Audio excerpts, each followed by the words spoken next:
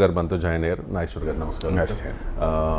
రేవంత్ చాలా స్ట్రాంగ్గా రియాక్ట్ అయ్యారు. మా ప్రభుత్వాన్ని టచ్ చేస్తే మానవ బాంబులే అగ్ని కణికలు అవుతారు, ఎవడు మిగలడు అని చెప్పేసి.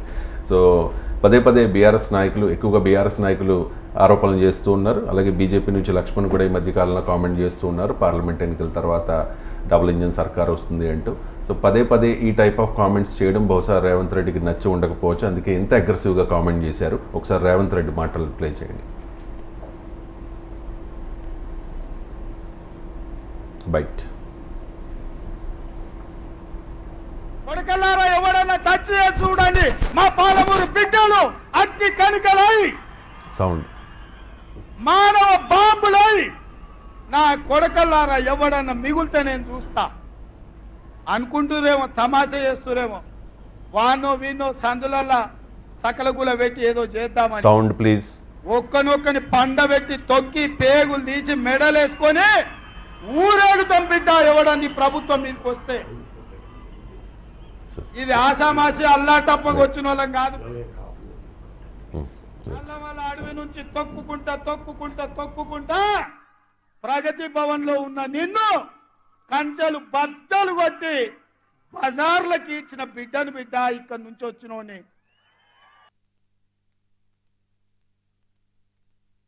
కొడకల్లారా ఎవడన్నా టచ్ చేసి చూడండి, మా పాలమూరు బిడ్డలు అగ్ని కణికలై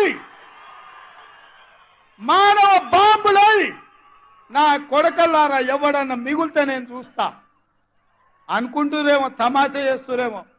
వానో వీనో సందులల్లా సకలగుల పెట్టి ఏదో చేద్దామని ఒక్కనొక్కని పండ పెట్టి తొక్కి పేగులు తీసి మెడలేసుకొని ఊరేగుతాం బిడ్డ ఎవడని ప్రభుత్వం మీదకి వస్తే. ఇది ఆసామాసి అల్లా తప్పకు వచ్చిన వాళ్ళం కాదు బిడ్డ.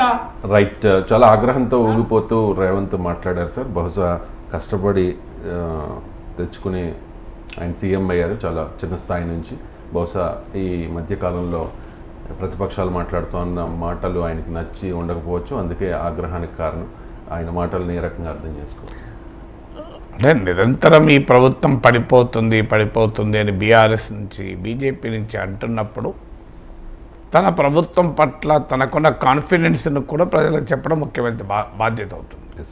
లేకపోతే ప్రతిపక్షాలు ఈ ప్రభుత్వం పడిపోతుంది అన్న నెరేటివ్ను జనం కూడా నమ్మే అవకాశం ఉంటుంది. ఎందుకంటే దేశంలో కాంగ్రెస్ ప్రభుత్వాల పరిస్థితి మనం చూసాం. మధ్యప్రదేశ్లో, హిమాచల్ ప్రదేశ్లో, మహారాష్ట్రలో, ఇలా కర్ణాటకలో ఇలా ప్రభుత్వాలు పడిపోయిన సందర్భాలు కూడా చూసాం. అందువల్ల కాంగ్రెస్లో ఇలాంటి ధోరణులు కొత్త కాదు కనుక ఇక్కడ రాష్ట్రంలో కూడా 65 సీట్లే వచ్చాయి కనుక మెజారిటీ చాలా స్వల్పంగా ఉంది కనుక మారుతుంది, ప్రభుత్వం పతనం అవుతుంది అనేటువంటి అపోజిషన్ నెరేటివ్ను జనం నమ్మే అవకాశం ఉంటుంది. కాంగ్రెస్లో ఎన్నికల తర్వాత విభేదాలు బయటికి ప్రస్ఫుటం కాకపోయినా ఎన్నికలకు ముందు ముఖ్యంగా రేవంత్ రెడ్డి పిసిసి ప్రెసిడెంట్ అయ్యే క్రమంలో ఉన్న విభేదాలు కూడా అందరికీ తెలుసు. ఆ తర్వాత కారణాలు ఏవైనా ఎన్నికల సమయంలో యునైటెడ్గా ఉన్నారు, ఫలితాలు సాధించారు. ఇప్పుడు ఎన్నికల తర్వాత కూడా ఇప్పటివరకు యునైటెడ్గా ఉన్నారు. అందువల్ల ఒక్కసారి పార్లమెంట్ ఎన్నికల తర్వాత కాంగ్రెస్లో ఉండే అసమ్మతి రాగాలు మళ్ళీ బయటపడతాయి. ఇవన్నీ అపోజిషన్ చెప్తున్న అంశాలు. ఇవి గతంలో ప్రజలకు కాంగ్రెస్ ప్రభుత్వాలతో ఉన్న అనుభవాలు కూడా.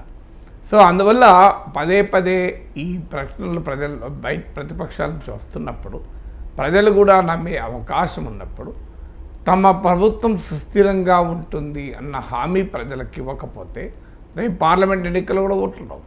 ఈ ప్రభుత్వమే ఉండదు, కాంగ్రెస్ పార్టీగా పవర్ ఇచ్చిన లాభం లేదు, కాంగ్రెస్ పార్టీ ఓటేసిన లాభం లేదు అనే భావన జనంలో కలిగే అవకాశం ఉంటుంది. అందుకొరకు ముఖ్యమంత్రి ఆ వివరణ ఇవ్వడం.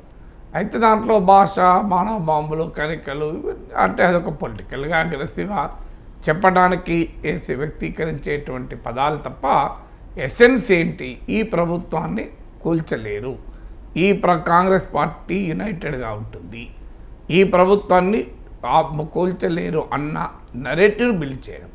కానీ నేను ఇంతకుముందు చెప్పినట్లు దేశంలో నిన్నకాక మొన్న హిమాచల్ ప్రదేశ్ పరిణామాలు చేశాం. అందువల్ల కాంగ్రెస్ పార్టీ ముఖ్యమంత్రిగా రేవంత్ రెడ్డి అగ్రెసివ్గా చెప్పడం ఆయనకు అవసరము, తప్పలేదు. కానీ చెప్పడమే కాదు, చూపెట్టుకోగలగాలి కూడా. ఎందుకంటే కాంగ్రెస్ ప్రభుత్వంలో ఉండే పరిణామాలు నిన్న కాక మన హిమాచల్ ప్రదేశ్ సిమ్లా వేదికగా చూసిన పరిస్థితి ఉంది.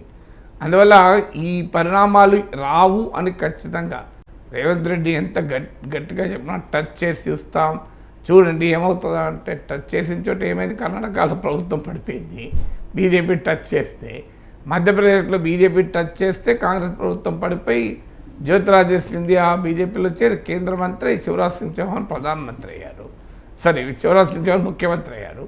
అలాగే మీకు మధ్యప్రదేశ్, కర్ణాటక, మహారాష్ట్రలో టచ్ చేసి చూశారు ఏం జరిగింది. ఒక టచ్ చేస్తే ఒక ఏక్నాథ్ షిండే పుట్టాడు, ఓ అజిత్ పవార్ పుట్టాడు, అక్కడ కాంగ్రెస్, ఎన్సీపీ, శివసేన ప్రభుత్వం పతనమైంది. అందువల్ల టచ్ చేసి చూసిన చోట ప్రభుత్వాలు పతనమైన సందర్భాలు కూడా ఉన్నాయి. ఇప్పుడు బీజేపీ నిన్నకాగమని హిమాచల్ ప్రదేశ్లో టచ్ చేస్తే 6 ఎమ్మెల్యేలు పోయి బీజేపీ కొట్టేశారు రాజ్యసభ ఎలక్షన్లో. కాంగ్రెస్ అధికార అభ్యర్థి ప్రఖ్యాత న్యాయవాదైన అభిషేక్ సింగ్ మాన్వి ఓడిపోయాడు కాంగ్రెస్ అభ్యర్థి. ఆ తర్వాత కాంగ్రెస్ ప్రభుత్వమే ఇప్పుడు ఉంటుందా లేదా అని చర్చ మొదలైంది. అందువల్ల కర్ణాటక, మధ్యప్రదేశ్, మహారాష్ట్ర, హిమాచల్ ప్రదేశ్లో టచ్ చేస్తే ఏం జరిగిందో చూసాం. కాంగ్రెస్ ప్రభుత్వాలు ఎగిరిపోయాయి. అదే సమయంలో టచ్ చేసినా ఎగిరిపోని రాజస్థాన్ కూడా ఉంది, అది కూడా మనం చెప్పుకోవాలి. రాజస్థాన్లో ప్రభుత్వాన్ని టచ్ చేసి కూల్చడానికి ట్రై చేశారు, కానీ అక్కడ ప్రభుత్వం నిలబడ్డది. అందువల్ల రేవంత్ రెడ్డి ముందు ఆప్షన్ ఏంటి, తాను మరో తనకు అశోక్ గెహ్లాట్ లాగా ఉంటాడా, లేదా తాను కమల్నాథ్ అవుతాడా. తాను అశోక్ గెహ్లాట్ లాగా నిలబడగలిగితే, దానికి తగ్గట్టు ఏర్పాటు చేసుకోగలిగితే రేవంత్కి ఉపయోగం. కానీ అల్టిమేట్గా ప్రత్యర్థులు ప్రభుత్వాలని కూల్చడానికి, ప్రభుత్వాలను అస్థిరపరచడానికి నిరంతరం పనిచేస్తుంటారు. అది సొంతగా పార్టీ చక్కబెట్టుకుంటే సరిపోతుంది. ఎందుకు మీ కాంగ్రెస్ ప్రభుత్వాలకు ఈ పరిస్థితి ఎందుకు ఏర్పడుతుంది? బీజేపీ ప్రభుత్వాలు కూడా చాలా చోట్ల ఉన్నాయి కదా, మరి బీజేపీ ప్రభుత్వాలు ఎందుకు చలించడం లేదు?